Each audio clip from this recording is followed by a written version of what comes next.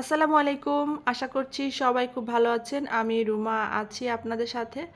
তো আজকে আমি আমার বেবি টিয়ার্স গাছটা নিয়ে চলে এসেছি। এই গাছটা দেখতে এত সুন্দর, দেখুন মাশাআল্লাহ অনেক সুন্দর।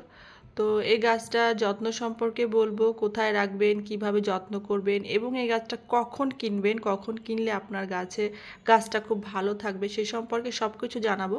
তো তার জন্য অবশ্যই ভিডিওটা শেষ পর্যন্ত থাকতে হবে এবং যারা আমার ভিডিওটা শুরু করেছেন এখনও একটা লাইক দেননি, প্লিজ একটা লাইক দিয়ে ভিডিওটা কন্টিনিউ করবেন।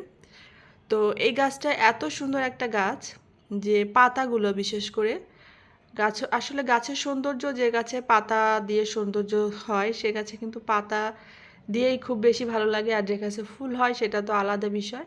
তো এই গাছের পাতাটা কিন্তু একটু অন্যরকম। দেখুন আমার এই গাছের পাতাটা, এই পাশের গাছের ডালটা একটু কেমন হলুদ হলুদ হয়ে গিয়েছে। কারণ হচ্ছে যে এটা একটু রোদ বেশি পেয়েছে, এটা একটু কম পেয়েছে। আলো বাতাস পেয়েছে ঠিকই, কিন্তু একটু রোদ কম বেশির কারণে গাছের পাতা একটা সবুজ আর একটা হলুদ হয়ে গিয়েছে। আর হচ্ছে যে অনেক সময় দেখা যায় যে অনেক বড় হয়ে যায় গাছ, বয়স হয়ে যায়, তখন তো গোড়া থেকে একটু পাতাগুলা হলুদ হয়। আচ্ছা, একটা বিষয় দেখুন, আমি যখনই ভয়েস দিতে আসি তখনই আমার গলায় সমস্যা হয়। অন্য কোনো সময় কিন্তু কখনোই গলায় কোনো সমস্যা নাই, অথচ ভয়েস দিতে গেলেই এরকম হয়। কেন এরকম হয় জানি না, আপনাদের সাথে এরকম হয় কি না। যারা আমার প্রিয় প্রিয় আপুরা আছে, কন্টেন্ট তৈরি করেন ইউটিউবের, যা কি আর বলবো। দেখুন এখানে কিন্তু আমার একটা গাছ থেকে এরকম হয়েছে। এটা সাধারণত এরকমই, এ গাছে কোনো পিঞ্চিং করার প্রয়োজন হয় না। দেখুন এটা গোড়া থেকে পাতা হলুদ হয়ে গিয়েছে, ফাঁকা হয়ে গিয়েছে, আবার নতুন করে কিন্তু ডালপালা বের হচ্ছে। আর দেখুন এই গাছের মাটিটা একদম শুকিয়ে গিয়েছে। তো প্রথমত মাটি তৈরির কথাটা বলে দিই, কীভাবে মাটি তৈরি করবেন। মাটি তৈরি করাটা খুবই সহজ, যে কোনো মাটিতে আপনি এই গাছটা লাগাতে পারবেন। তো তারপরও আমরা চাই যে একটা গাছের জন্য সুন্দর একটা মাটি তৈরি করতে, যাতে একটা ভালো ওয়েল ড্রেনেজ মাটি হয়।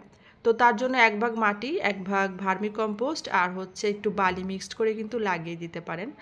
আর চাইলে একটু কোকোপিট দিতে পারেন, সেটা হচ্ছে যে তখন কিন্তু একটু পানি দেওয়ার জন্য একটু চিন্তা ভাবনা করে দিতে হবে। তো কোকোপিটের কথা কেন বলছি, কারণ হচ্ছে এই গাছগুলো সাধারণত হ্যাঙ্গিং পটে লাগানো হয়। কোকোপিট দিলে মাটিটা একটু হালকা হয়, খুবই ভালো হয়। তো এর জন্য আপনি দিতে পারেন, চাইলে দিবেন, না চাইলে কোনো সমস্যা নেই। দেখুন আমার গাছগুলা এইখানে থাকে, বাইরে থাকে।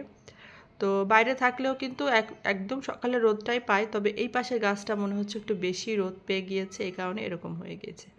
আচ্ছা, এবার বলে দিই হচ্ছে পানিটা কেমন দিবেন। তো পানি যদি আপনি কোকোপিট দিয়ে থাকেন তাহলে কিন্তু একটু পানিটা চিন্তা ভাবনা করে দিবেন। কারণ আপনি দেখতেই পেলেন আমার ওই যে গাছটা আমি দেখাইলাম সেটাতে কিন্তু মাটি একদম শুকিয়ে গিয়েছে। তো শুকিয়ে গিয়েছে তারপরেও কিন্তু গাছের কোনো সমস্যা হয়নি, কি পাতা নুয়ে পড়েছে কিংবা শুকিয়ে গিয়েছে এরকম কিন্তু কিছুই হয় না। তবে হয় অনেক সময় গাছে কম বেশি পানি হলে পাতা হলুদ হয়ে যায়, আর হচ্ছে পাতা অনেক সময় ঝরে পড়ে যায়, এটা একটু খেয়াল রাখবেন।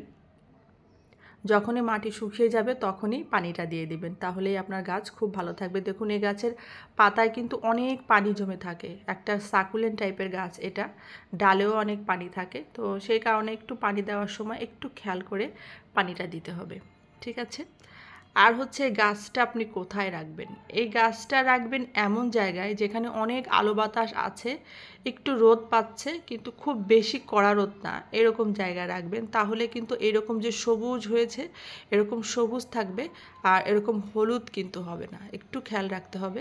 দেখুন আমার এই গাছটা অনেক লম্বা হয়ে গিয়েছে, এটা আমি নিচ থেকে কেটে দিব, শেষে দেখিয়ে দিব। এটা আবার একটা কথা এখানে বলে রাখি, এই গাছে কিন্তু কোনো পিঞ্চিং করার প্রয়োজন হয় না, কোনো কাটিং করার প্রয়োজন হয় না, এটা এমনিতেই কিন্তু খুব ঘন হয়। আচ্ছা, এর ভিতরে একটা আপু আমাকে কমেন্ট করেছিল যে আপু আমি নতুন একটা গাছ কিনেছি, তো গাছটা আমার একটু কেমন যেন হয়ে গিয়েছে। তো নতুন গাছ কিনলে নতুন গাছ নতুন জায়গায় লাগাইলে কিন্তু একটু নরম হয়ে যায়, ওটা কোনো সমস্যা নাই। আমার এটাও এরকম হয়েছিল, আমি নতুন কিনেছিলাম, কারণ হচ্ছে যে বলতে পারেন আমার তো গাছ আছে, তারপরেও 30 টাকায় না কয় টাকা যা দিয়ে যেন কিনেছিলাম, এই জন্য নিয়ে আসছিলাম। নিয়ে আসার পরে কিন্তু একটু নরম নরম হয়ে গিয়েছিল, পরে কিন্তু এখন আবার দেখুন একেবারেই চকচক করছে। ঠিক আছে, তো একটু নতুন গাছ এরকম হবে, এটা নিয়ে টেনশন করার কিছু নাই। আচ্ছা, এই গাছটা কিন্তু কিনবেন কখন? এই মুহূর্তে, যেহেতু শীতের আগে কিংবা শীত শীত আছে এরকম সময় এই গাছটা না কেনাই ভালো। শীতের ভিতরে কিন্তু একদম গাছটা কেমন যেন হয়ে যায়, হলুদ হয়ে যায়, তারপর হচ্ছে পাতা পড়ে ডাল ডাল হয়ে যায় একদম। তো গাছটা আপনার বর্ষার সময় কিন্তু খুব বেশি যত পানি পায় পাতাগুলা কিন্তু আরও টস টস করে। তো এই কারণে বলবো এই মুহূর্তে কিংবা শীতের আগে, শীতের সময় এই গাছটা আর কিনবেন না, একবারে গরমের সময় কিনবেন, তাহলেই দেখবেন আপনার গাছটা খুব ভালোভাবে বাড়ছে এবং খুব ভালো আছে। ঠিক আছে, তো আর কি বলা যায়, আর হচ্ছে খাবারের কথাটা বলে দিই। এই গাছে খাবার কখন দিবেন? খাবার না দিলেও সমস্যা নেই, আপনি যদি চান যে খাবার দিব না তো কোনো সমস্যা নেই। তারপরেও দেখা যাচ্ছে যে সব গাছে যখন একটু খাবার দিবেন 3-4 মাস পরে কি বছরে 2 বার খাবার দিলে কিন্তু এই গাছে যথেষ্ট। কোনো মানে একটু আপনি ভার্মি কম্পোস্ট দেওয়াটাই সব থেকে সহজ, কারণ হচ্ছে ওটাই আমরা হাতের কাছে বেশি পাই। আর গোবর সার তো সব থেকে ভালো সার, কিন্তু ওটা আমরা ম্যানেজ করতে পারি না, আবার ওটাকে ডিকম্পোজ করতেও কিন্তু অনেক সময় লাগে, 1 বছরের পুরাতন গোবর সার লাগে।